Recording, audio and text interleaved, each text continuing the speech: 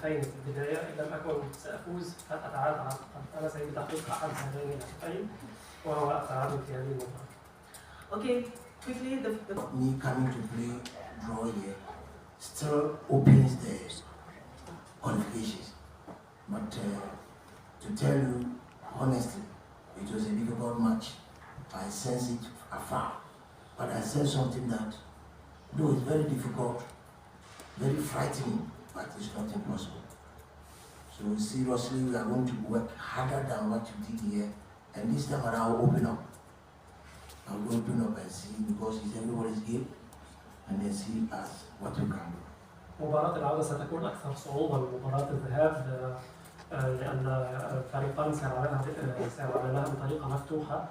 كل الاحتمالات ستكون قائمة، سيكون علينا العمل بجد أكبر بكثير من الجهد الذي بذلناه في مباراة اليوم، وسيكون علينا تركيز أكثر في المباراة القادمة.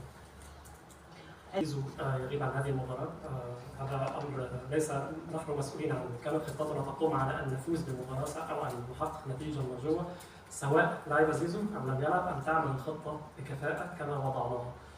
وبالتالي لدينا الآن مباراة العودة في الشوط الأول، ينزل الشوط الثاني وقد يلعب زيزو الشوط الثاني. استمر العالم يوجه لاعبيه بإضاعة الوقت. أنا شخصيا كنت لاعبا في السابق ولم أكن أحب مطلقا فكرة تضييع الوقت، ولكن اللاعبين في النهاية بشر، حين يصيبهم التعب والإنهاك عند مرحلة معينة يبدأون في تعطيل اللعبة ومال الحصول على قدر من الراحة. وبالتالي أنا لم أعطيهم أبدا أي تعليمات بإضاعة الوقت، ولكن اللاعبين بشر يجب النظر إليهم في هذا الإطار. Go. I know they will come on us, they will open up and I will go. So this is what will have beaten them. Even though they came on us, but we were resistant, because this is the way I want them to play.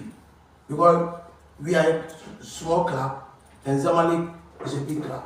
Whether I like it or not, it's a big club. So I can't go and open my, they will beat me plenty. It's a fact. You understand me? So I have to also plan to strategize how I will come in and go out without any goal scored against me. So you play the game, but I get my result. يجب أن يفهم الجميع أن كرة القدم تقوم على الاستراتيجية والخطط التكتيكية. أنا قمت بتطبيق المباراة بهدفين، إما الفوز أو التعادل، ومع ذلك قد سنحت لنا بعض الفرص كان من الممكن أن يسبب بها ضررا لفريق الزمالك، لأننا كنا أحيانا ستتفق بعض الثغرات في الخصم، ولكن لم يحدث ذلك. في النهاية نحن راضون عن النتيجة، وكرة القدم أيضا تأخذ النتائج في الحسبان ليس فقط.